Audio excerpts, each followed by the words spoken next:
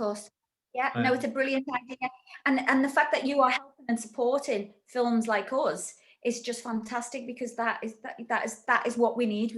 You're on your own. You feel like you're on your own in this little bubble, and you think, okay, where do we go now? What do we do? How do we do it? What do we know? You know the process, but you just don't know.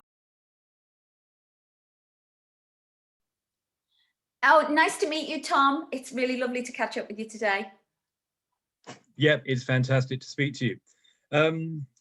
We're going to be talking about lots of things. Out of Time is your current film.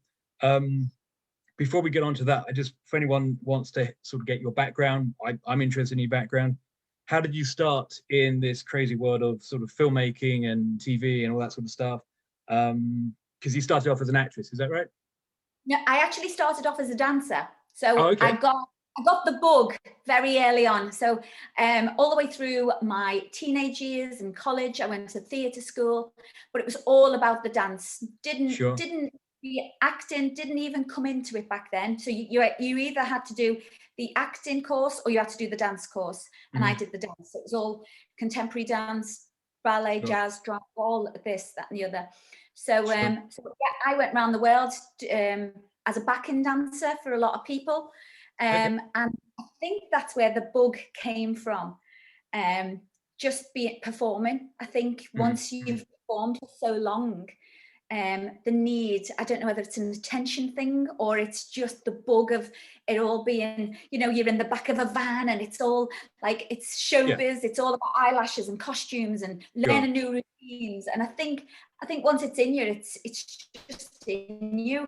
And so, but then I decided to come, I went to Japan, had a job out in Japan, came home from Japan, and I was absolutely exhausted.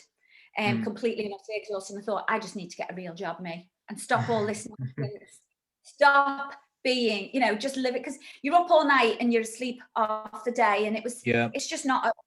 I needed to get, well, one, a boyfriend, and two, start thinking about me, getting a mortgage and getting an actual house and being a real adult. So I thought, right, I'll get a normal job. And then I got a normal job, ran my own business for a little bit. I ran a ladies' gym, became a beautician, was a hairdresser. So I flitted between loads of different jobs. And then all of a sudden I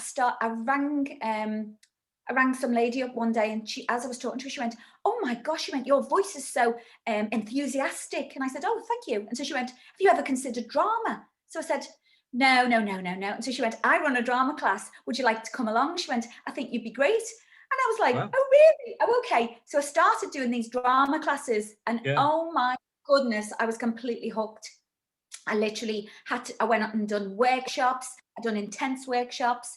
I studied Shakespeare. I really wanted to know the ins and outs of the whole aspect of drama.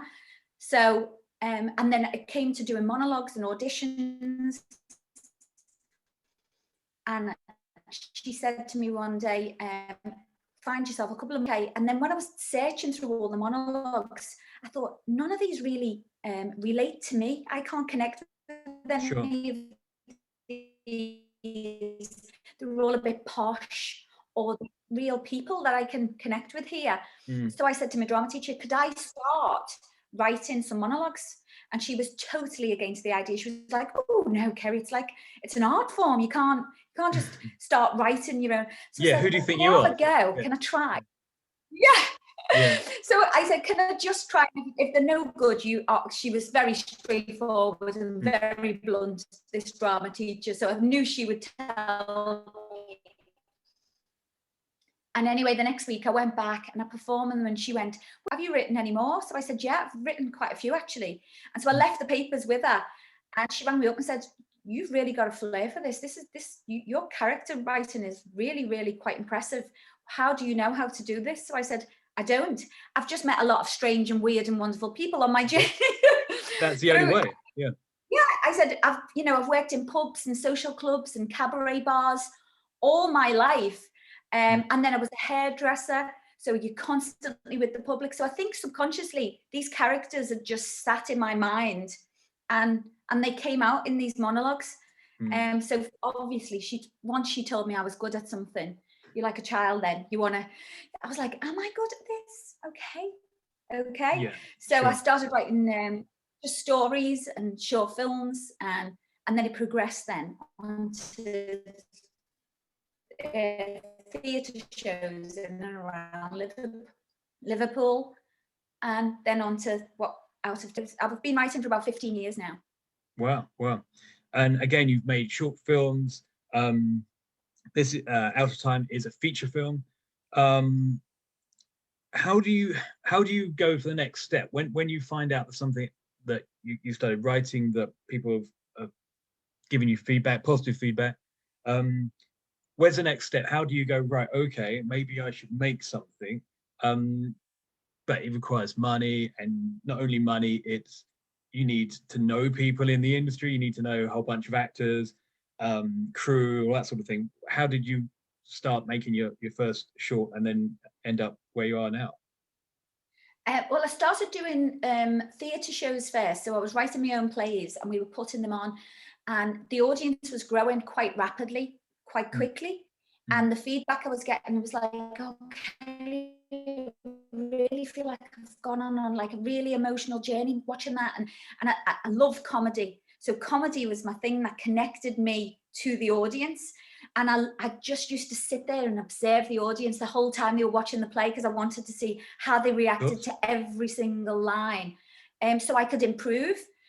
And so I started doing these short films, and the short film did really well. One short film we did, I can't remember what order it came in, ended up doing really well in America.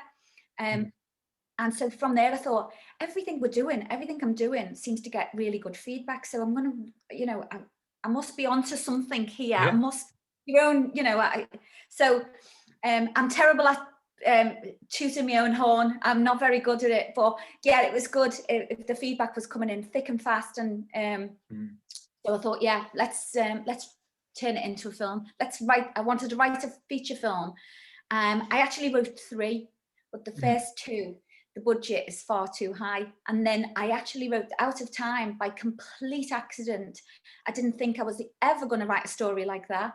It just moved me so much when I watched this program. It was like a magazine show about this woman whose little boy, she was letting live as a little girl at about aged 4. And I remember watching it and thinking, wow, that's like really young. Surely you don't know at that age that you want to be a different sex. So I just went on a simple Google search. I didn't know anything about transgender, trans dysphoria. I didn't know I knew as much as the next person, Sure. Because if it's not your problem, you don't delve into the problem, do you? And that's what we're all guilty of. So I just went on this simple Google search to see if 3 or 4 was an adequate age for you to know. And it just led me into all kinds of forums and case studies. I just read thousands upon thousands of case studies, and it really made me think. And I literally did that for myself, because I've got 4 children of my own. So I wanted to know, if one of them ever came to me, what would I do? How would I react? Because my initial reaction would be to go, no, at the time. But then once I delved into it and done all the research and studied it, I just thought, oh wow, this is bigger than I ever thought. I didn't know that this is so severe. These children are in desperate need of help and a bit of an ally. Not that I want to be the ally, but there's a story to be told, because not a lot of people know how horrific this is for people who are going through this. Sure. And I just wanted to put myself in those shoes as though it was happening to me. How would I react? And try and be as honest as I possibly could. And also, how would my husband react? And make sure his emotions were as real as possible. And I wanted that emotion to be quite raw. So it wasn't all fancied up. It's not Hollywood. It's not. It's not sanitized. It's real. Exactly. Exactly. Yeah. So that's how Out of Time. And I ended up. I couldn't take me out. I mean, I literally researched it for so long, because I was so terrified of getting it wrong, because it's such a sensitive subject. And I wanted to do it, a significant justice myself. So I didn't want to tread on anyone's toes because I am not transgender myself, or I haven't got children who are transgender. So you've got like a bigger thing to prove. Then you've got to make sure you do not get it wrong. The pressure was on, so I just wanted to do my very best with it, and it's probably the most the subject I've studied most in my whole life, because I was so scared of getting wrong. But I wanted to keep it tell it as in simple layman's terms as well. I didn't want to overcomplicate it. Otherwise, I did with facts, and it wasn't a documentary about transgender. It was a film. Exactly. You're telling a story, which all good films are about, a story. And it's almost like, it's not if it's, you want to get the facts right and be sympathetic to the thing, but it's also, the story is the story, because 100 people will react 100 different ways. So it's not, you don't want to sort of just go like a superficial sort of thing, and it was okay in the end. This and this happened, and we all live happily ever after. Because that's not real. That's not a real world, and everyone's not always going to be supportive of whatever decision change you want to make in your life, or that sort of thing.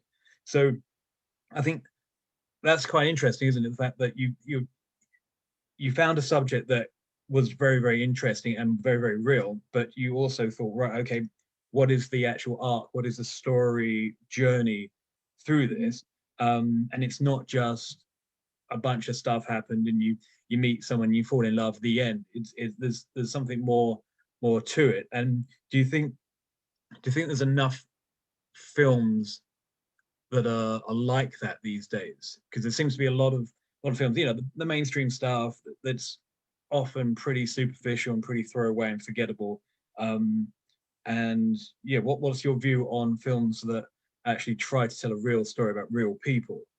Oh, well, I obviously, independent films, it's so difficult for us to get out there that there should be a million more films like Out of Time there on a platform to be seen, but to get there is so difficult, and to be taken serious is so difficult.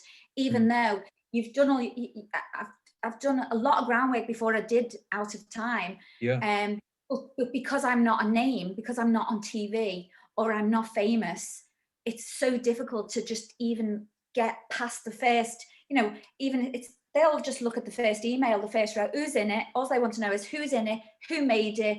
That's it. Do they recognize any of the names in it? No, then okay, well, you've got, not as good a chance as anyone else. So it's just difficult. It's just hard. Everything's harder, but I think that's also that's become part of the journey for us now.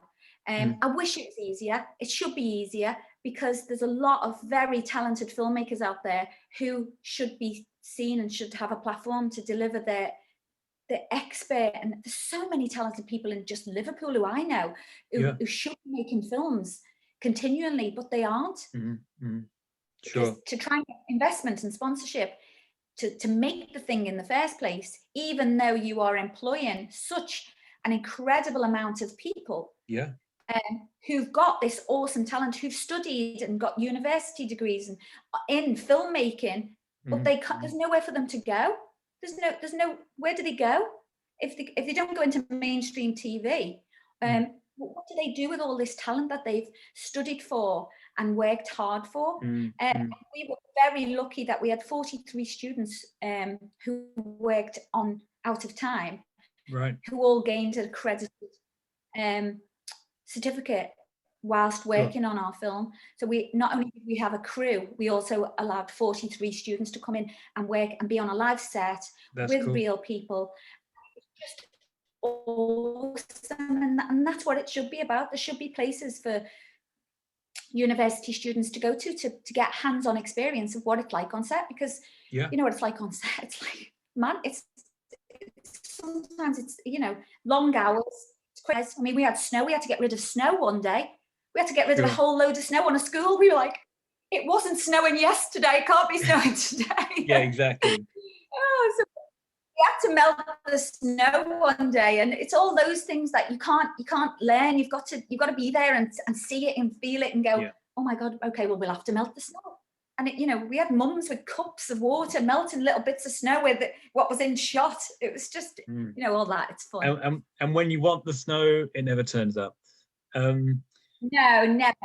I mean, we had about 50 seasons in one. I think if there is such thing, frost, it just looked completely different. The colours, because the colours change. So your colours have got to match right the way through. So yeah, it's very important. You were saying just before we started recording that you shot it for a very, very small budget and a very, very small window of time.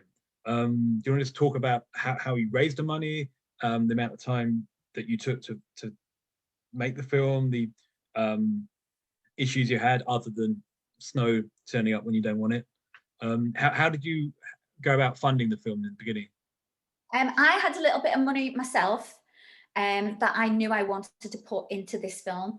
And then I sort of just convinced a couple of other people to put in. Even my own mum sat and raised money. She hasn't got much money, my mum. She sat and she believed in me so much. You need people who believe in you see. And even my mum saved up and put money into this film. She's like, no, I know your vision.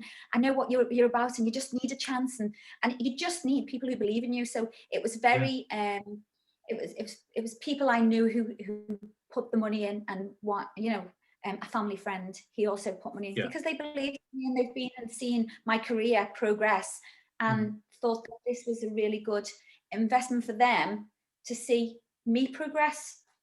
Yeah. So it was like a crowdfunder, but more intimate, actually. Yeah, very intimate, yes. People in your inner circle that threw in a little bit of money because they, and again, I guess that's where enthusiasm pays off, doesn't it? You know, if you're enthusiastic about it and they can see that you're enthusiastic about it, then they're going to want to jump on board rather than like, I've got an idea for a film, but probably rubbish. Do you want to give me £1,000? Then they're not going to do it, are they? So how long did you shoot for? We had enough money for 10 days. Right. And I mean, Michelle Billington, who co-produced this with me, she's also a line producer. So I'm telling you, she is the toughest woman to get past. If you even need an extra bulb for one of your lights, if it's not in the budget, you ain't getting it. So she's she's a superb asset to anyone's team. Because she will not let you spend an extra penny if you don't need to. We had a budget and she stuck to it. We did not go over budget one tiny inkling until it got to the edit, and then obviously film festivals and stuff like that. But she was just superb to have on board, because you need someone like that, because if it was me in charge of the money, all hell would have broke loose. That's not my department. That is not, you know, I'm a spender. If I want it, I need to get it. No. So when you've got other people's money to do that. So she's definitely the best person for the job. Sure. And again, if anyone's watching this who's kind of curious about the film, how would you sum up the film? And I suppose, you know, why should people watch this if they're looking for something to watch this evening? How would you say you would describe it out of time? Just before I answer that question, can I just say we had £13,000 to make out of time, but the real budget came out at about 280. So if we'd have had the correct, if we'd have the overall budget for that film, the worth of that film is £280,000, which is a massive jump, isn't it? You know, so for the amount of work, time, and dedication everyone put into it. So going forward, we would definitely like. We've shown our worth now. We've shown what we can do on £13,000. We've won an award, an LGBTQ award in LA. So that was a kind of a nice little icing on the cake for us, because we said, you know, we've got an award, we're on a brilliant platform, our viewing figures are exceptional, and we're now on week 13, and they're still at a, you know, a massive high. Wow. So what we want to do now is just tell people we did that on £13,000. Imagine what we could do with more money, you know. Yeah. I look at Out of Time now, and obviously because it's my baby, I do see them. You'll spot mistakes forever in your own film. But when I watch it, I just think, with the next film, imagine how good it'll be if we had X, Y, and Z. And it is all comes down to money. Yeah, absolutely. I mean, do you think you'd be able to raise, if this should have cost £280,000, you know, and you go, right, okay, next project requires, you know, that, but, you know, we'll cut some corners and put in tables. We won't even get that. We'll never get that. We won't get that. We've got a realistic view, a figure of what we need for the next one, and then we've got to take it down even further, because realistically, that hard to get the money, which is really sad when you have got an amazing platform to go on, and you've won awards, and you know the viewing figures are good, so people are buying the film, people are renting the film, so it should be easier for people to invest. How do you see the funding coming? As in, do you have a plan to raise funding for the next project? Do you have any ideas of how people can get their film made in a different way that they're not thinking of at the moment? Obviously, crowdfunding is the traditional route for indie films, but again, that's very, very difficult. You know, it all starts with the power of, I think the power of the pen is massive.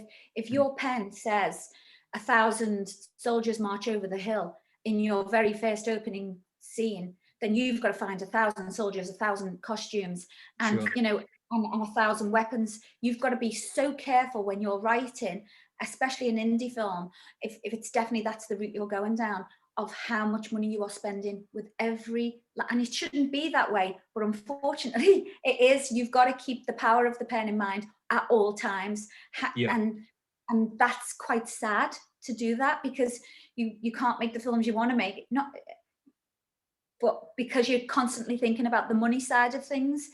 How much realistically can we get for this next film is what I've thought whilst writing the next film.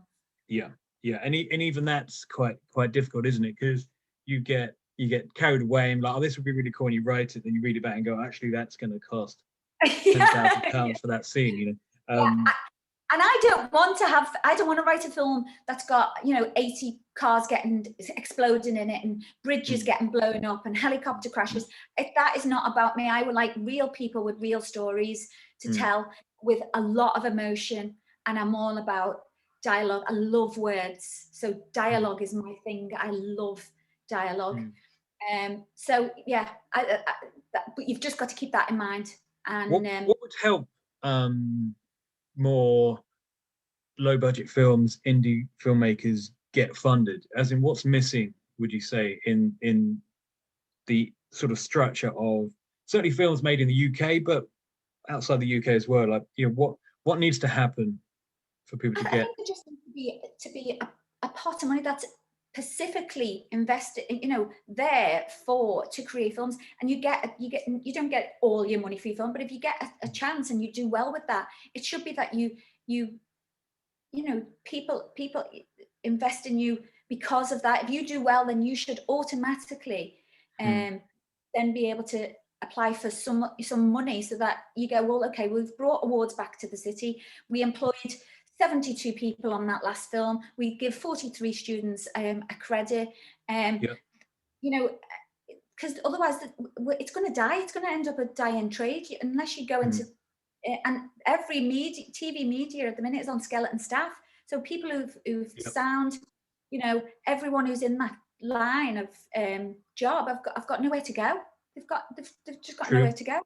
So it's a sad case of affairs, unfortunately. But if we keep supporting one another, and thanks to you, Tom, as well, with your amazing web. Is it a web page? The FilmDimension. Yeah, I mean, it's a website, and we're on social media, and we want to become a platform for films to be watched, short films, indie films, feature films. Because all that help. Exactly. Brilliant for us. Supporting each other, and I think maybe that doesn't happen as much as it should do, does it?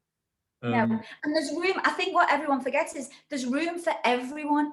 There is so many stories to tell, and we could all have the same. We could all have the same brief, but all our films would be complete. I could give you the same brief, the same title, but your film would be completely different to my film. So it doesn't matter what it is. There is room for everyone to make film. There's so much, you know, everyone's, isn't it? It's true, isn't it? Absolutely. And you're right what you said about in terms of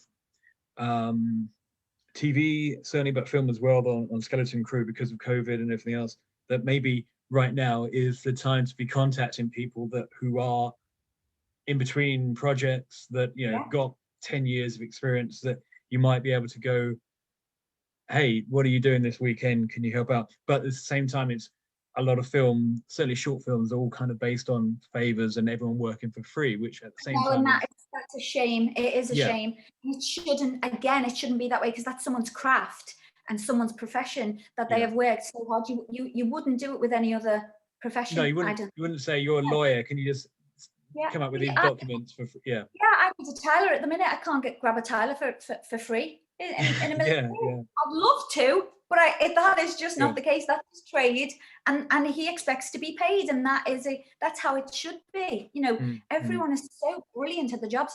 I'm baffled all the time when I meet people in the industry and by how talented they are, and it's sad. Do you think maybe that's also a end result of certainly quite a few years, certainly 5-6 years, probably longer, of the likes of Netflix, Amazon to a certain degree, that, you know, you've got the big platforms and people are paying X amount a month subscription to watch all their stuff, but it's almost in the kind of, it's on the internet, it's free, you know, pirated material or whatever. It's kind of, there's however many, you know, say 1 million people that watch a film regularly on Netflix or something else, but at the same time, as you ask these 1 million people, hey, we've just made this film, made it for £13,000, but it really should have cost 280,000, and it's up for sale, and look, give us £2 to download it and watch it tonight. And if anyone's like, oh, I'm not gonna buy it for £2 because I've got all this other stuff that had millions of dollars spent on it, and it's free because I pay my £10 a month on Netflix, whatever. Do you think it's almost a little bit to do with the kind of, I want everything for free? We live in a free world. Of course. We want it all, and we want it now. We don't even want to, you know, if something's got a download now, we're like, I've got to wait a minute. So it is, of course it is, but from the reaction we've had and from the reviews of Out of Time, our reviews on Amazon are just absolutely brilliant. And, you know, I didn't expect to get any of that. I didn't even know what the outcome was going to be. So now that we've done it and we've achieved everything, and it was hard, the journey was really difficult. Pre-production's hard enough, putting everything in place, because you can't make mistakes with so less money. So then when you shoot, you think, we didn't make any mistakes, we didn't make any, and then you go to the edit, and then you go to sell it, and then you think, oh, wow, this is hard. No one's going to take us on here. No one's going to. I'm interested to hear what you did when you got it to that point. Right, okay, we've chosen Amazon as going to be our platform to get it out to the world. What was your method to promote it? Because again, lots of people that I've spoken to, lots of filmmakers, put their film on Amazon, but they don't know what else to do.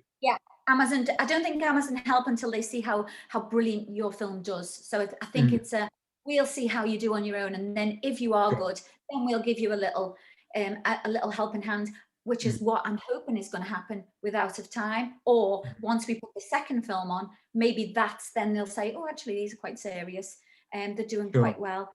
But what was your process to promote it? Because by the sounds of it, you have been promoting, you have been getting reviews, you have been getting feedback. Just every social media platform we can possibly. I mean, the brilliance of social media is it's free.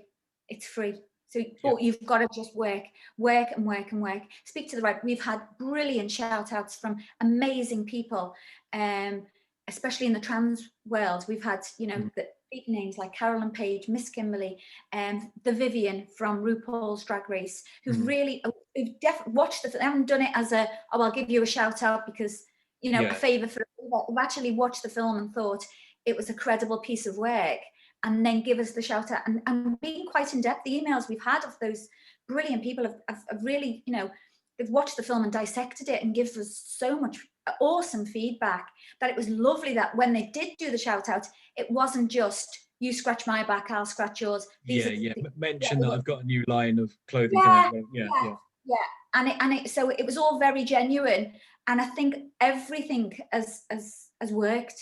The work Lisa does, our PR girl, that Leon does, every single person who's been team Out of Time has worked constantly and pushing that film out. And that's what you've got. You can't just put it on a platform and let it just sit, because it'll collect dust and be forgotten about. You've got to be proactive and keep pushing it yourself. That's all. And I suppose the lesson is, from what I take from what you just said, is you've got to also understand, again, and this probably goes back to the writing, doesn't it? You've got to understand, who are you writing it for, other than yourself? Everyone says, "I would write it for myself," which of course you do, but it's who's your audience and who is going to really connect to this film. And then once you've made it, and that could be like a year later or 2 years later, it's like, right, okay, now we've got the film, it's finished, we're more or less happy with it.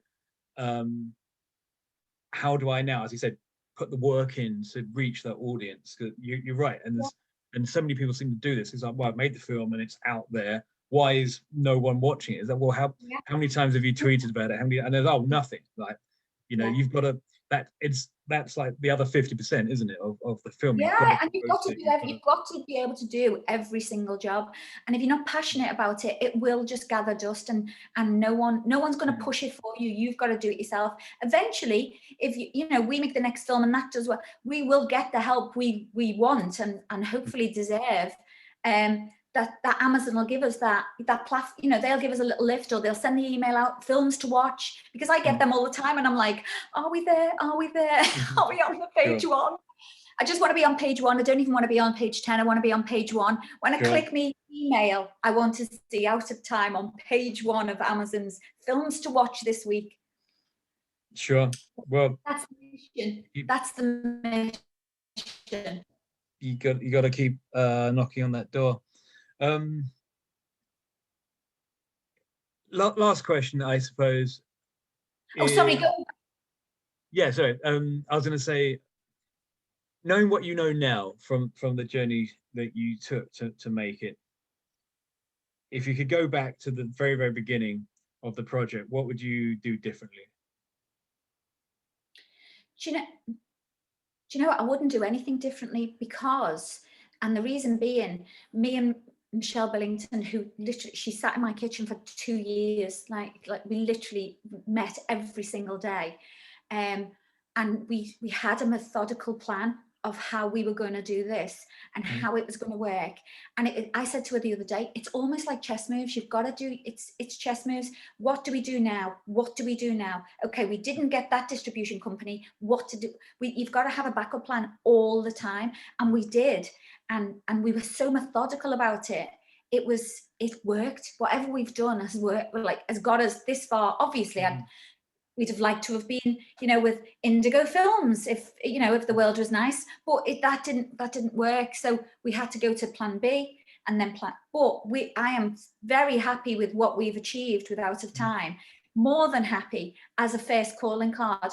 But do I want to progress and get bigger and better? Of course I do. That's the nature of the beast.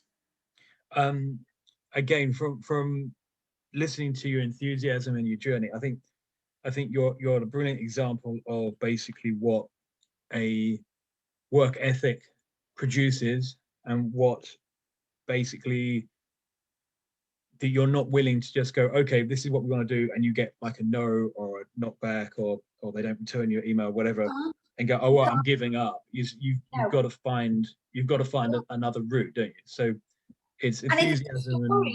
If it's a story, I always remember reading a writing book once, and the first line was, is this a story you want to tell? It makes sure that whatever film you write, it's a story you feel you need to tell. And if it isn't, I think you'll lose your passion very quickly for it.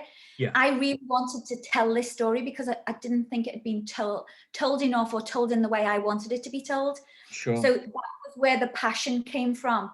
And I think once you've got passion for something, you're like a dog with a bone. You won't let it go. You've got to keep working at it.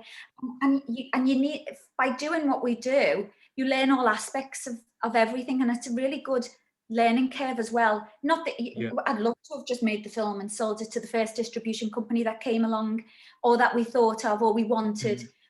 In reality, that didn't happen. So you've just got to keep knocking on those doors and keep working hard to you know. I mean, again, it's maybe it's not everyone's experience, and I can only talk from the, say, handful of conversation I've had, but I have spoken to filmmakers both when I'm trying to approach them and saying, I've come across your film and how would that like to be on the FilmDimension, you know, from either writers or directors, and they will go, oh, well, we sold it to this distribution company like a year ago. I don't know what they're doing with it because I haven't heard anything from them. But you know, I think it's on Amazon, or I think they're doing. Do you know what I mean? So you have to be so careful. Just because it's got their company, say distribution company, do your homework as well. Because not every distribution company is gonna love and rave solely about your film. They haven't got the same passion you have. So to do it yourself is actually a bit of a bonus, because only you have got 100% commitment. Correct, and you've got control about, and you know what's best for your film, and you know, or at least you should know who your audience is. So it's you're right. If this distribution company, be it a good one, bad one, somewhere in the middle, has 100 films, you know, they don't have the time. You know, they don't have time to promote all of them, and they don't necessarily know how to promote them, but you do. So if you can connect to your audience, then I think social media, the internet, everything else. Now, yes, it's a lot of work, of course, but making a film is a lot of work. So I suppose in a way that in 2021, do people need distribution companies? Now, of course, you hear stories about, oh, they bought this script or they bought the film for like $3 million, and if you made it for $1 million, great, you've made loads of money. But that's such a tiny story, isn't it? That's not everyone. And that's the dream. That is absolutely wonderful. Also, what was different about our case was, because I've done so many shows around Liverpool and I've been known for quite a long time for writing things, my audience was, if I put on a show, I know I'm going to get about 2,500 people in the audience. I mean, that's good. So I had a little tiny bit, not that in the world, that is mediocre, it's tiny, but so as soon as I made that film, I knew I had 2,500 people who were interested in my stuff enough to say, oh, I'll watch that. So I already had a tiny bit of and it's minuscule, I mean, but it doesn't matter. What I'm saying is, if you've built up a tiny bit of a fan base, it does give you a little bit more of a starting block. So if you are going to do a feature film, maybe do a few short films, knock them out a bit and say, what do you think? And people go, I like his stuff, or I like her stuff. I'd like to see the next thing they do. Because if you're starting, no one's ever heard of you, then they really are raw, you know. I mean, again, just from my experience, and maybe this is slightly skewed, or it sounds I'm a little bit I don't know what's the word, frustrated or whatever, but it's you know, I come across, because every day I'm looking for interesting films, you know, content, all that sort of stuff, and you know, I could find loads of really interesting looking films, short films, feature films that have been made, and they're out there, they're on, say, Twitter or Vimeo, but so many of them, and I would say possibly even, you know, 50% of them, all right, okay, that film, it looks really interesting, I've read the reviews, interesting, it was made 2-3 years ago, fine. And it's really difficult to find the director sometimes, or to find the producer, and you know, they're either not on social media, or they're on social media, but you can see they've not been on, say, Twitter for like a year, 2 years, and there's no way to contact them, and there's no email address, and it's like, you're not making it really easy for people to kind of help you out, you know. Exactly. and it's crazy to me that you've done all this, and you kind of almost at that point of, right, okay, someone else will deal with this, and someone else will give me this bag of money, and I can just go and make another film. Is that you've, in this day and age, even high profile people have to work to get funding. Yeah, they still have to promote that film. You've still, you know, even if you've made a film for 40 million, 360 million, you still got to promote that film. You still have to send the actors out and promote it. So that's essentially what you have to do, is go out there and sell your film. You haven't got the beauty or benefit of going on mainstream TV and going on the Ellen DeGeneres show and going, hey, Ellen, I've got a new film out. You haven't got that. You know, you haven't got that, so you've got to put in the groundwork yourself and you know, and get yourself. Exactly. So the fact that you've got 140 friends on Twitter that you haven't updated for a year, do you know what I mean? That's not going to cut it. Do you know what I mean? It's like you've got to tell everyone about this. You know, so the fact that you're doing it, and I think you're really good evidence of the fact that if you have the enthusiasm, if you commit to doing this, if you power through all the problems and the setbacks and not having enough money, and that's everyone's experience in film, but some handle it better than others. And now doing this and knocking on the door like you are doing, you're extremely proactive about what you're doing. That's an example that every aspiring filmmaker should listen to, because it's working, you know. Yeah, it has. Yeah. And you're the one who's got the most passion about your film. You're the one who's going to sell it. So you know, sell your product. That it's your product. You sell it. You know it best. Yeah, so, you have to sell it. How can people connect with you? How can they find out more about this film, about your next project, about what you're doing? Like websites, that sort of thing. Out of Time is on every single social media platform, Twitter, Instagram, Facebook, OUT 2020, I think it is. You can get a hold of me, Kerry Williams, on all those social media platforms as well. Michelle Billington's out there, Foot in the Door Films. Leon Lopez, he's our director. Get in contact with him. Any one of the names that come up, they should be on a platform on social media, because we are all very much proactive. I'll include all the links. And Bling Box Media is also a brilliant place to grab hold of us, because Lisa's our PR girl. Cool. Sorry, I didn't answer your question about what the film was about. Oh yes, of course. Give us a quick 30-second synopsis. Okay.